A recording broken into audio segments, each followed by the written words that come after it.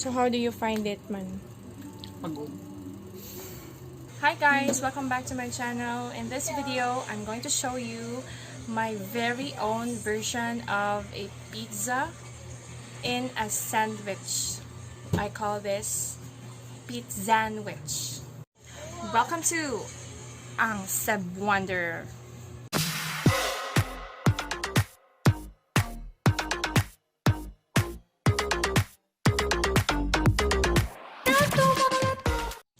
So guys, gumawa na tayo ng pizza the other day, but sadly, it lacks some of the ingredients. So for this video, ipapakita ko na sa inyo yung mga ingredients ko. Hi! You say hi. Hi! Hi! Hi! Hi! Hi! Hi, Mama. Okay. Hi! You say hi. No. Why? You want to eat pizza? No. Why? Okay. Hi. You want pineapple? No, not pizza. Okay, pizza. I will make pizza after you sleep. When you wake up. No, wake up. The other day po, we already made our own pizza sandwich. Pero there are ingredients na hindi ko nilagay sa pizza sandwich ko. So I already posted that on Instagram, and just going to make use of whatever we have here in our kitchen, or in call centers they call it the pantry. Okay, so whatever we have here in the pantry or in the kitchen, we will be using that to make our own pizza. So guys, here are the ingredients that we will be using for our pizza sandwich. Okay, so first is we have here the pineapple tidbits. Okay, so another is, luckily we found this one, an Italian spice crumbles for just I think 106. I bought this at Welcome grocery store. Okay, so and we also have the Eden melt syrup cheese. Okay, so cheese is also one of the important ingredients sa isang pizza.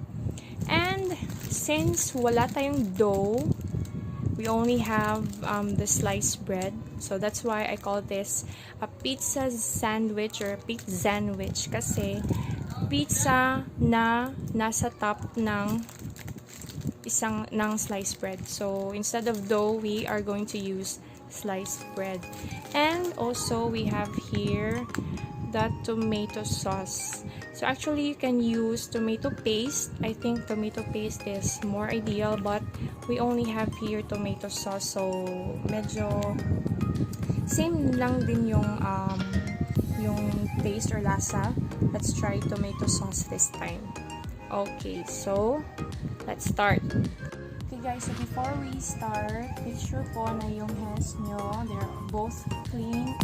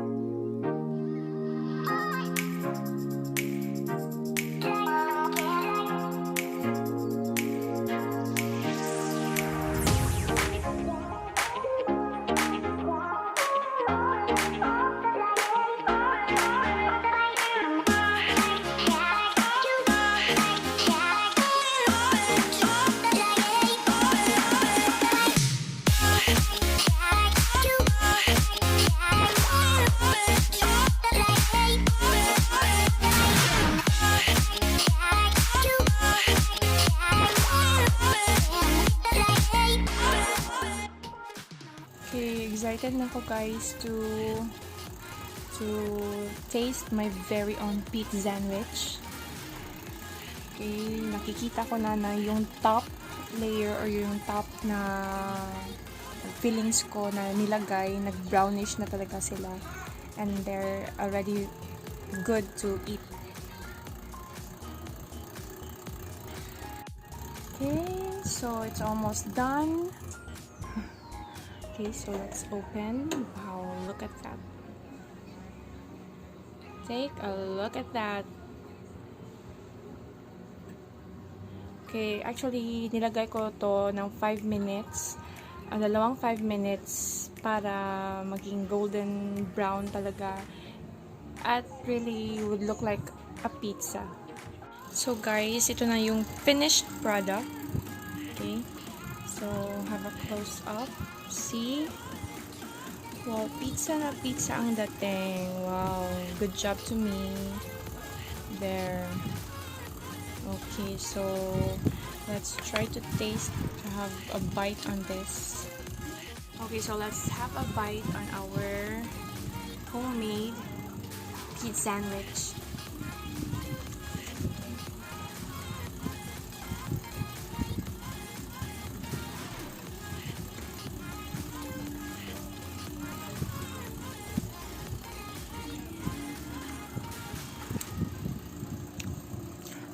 Para siyang toasted bread na may pizza on top.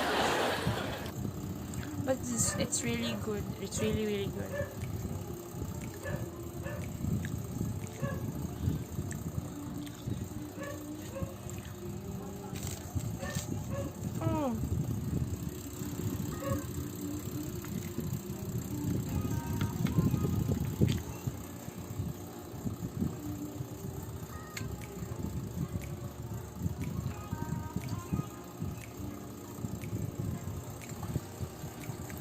Mainit pa.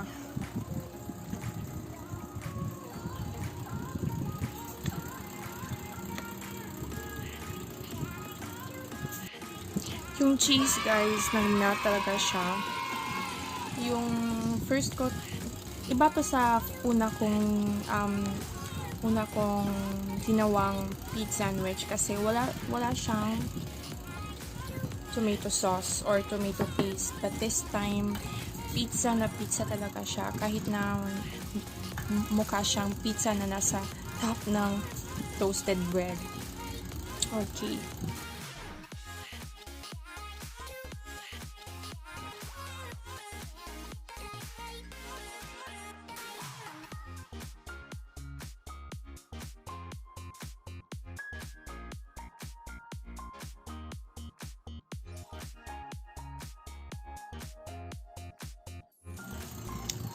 I should say, I'm proud of myself kasi I don't need to order pizzas from Greenwich, Shakey's, Pizza Hut. Pwede na akong gumawa ng sarili kong pizza. And it's pizza sandwich.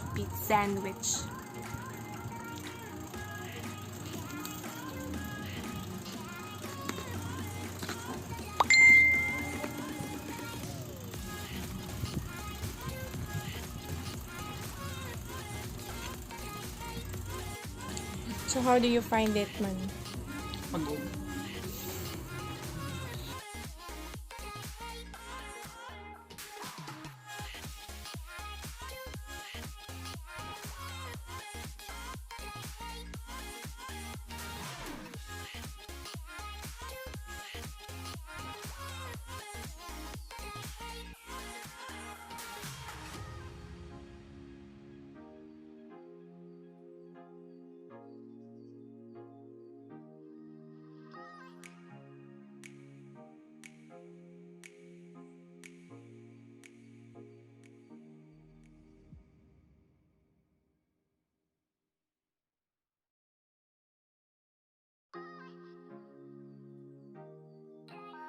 Okay, so that's it guys. Thank you so much for watching. I hope you learned a lot from my video and you've enjoyed my video today.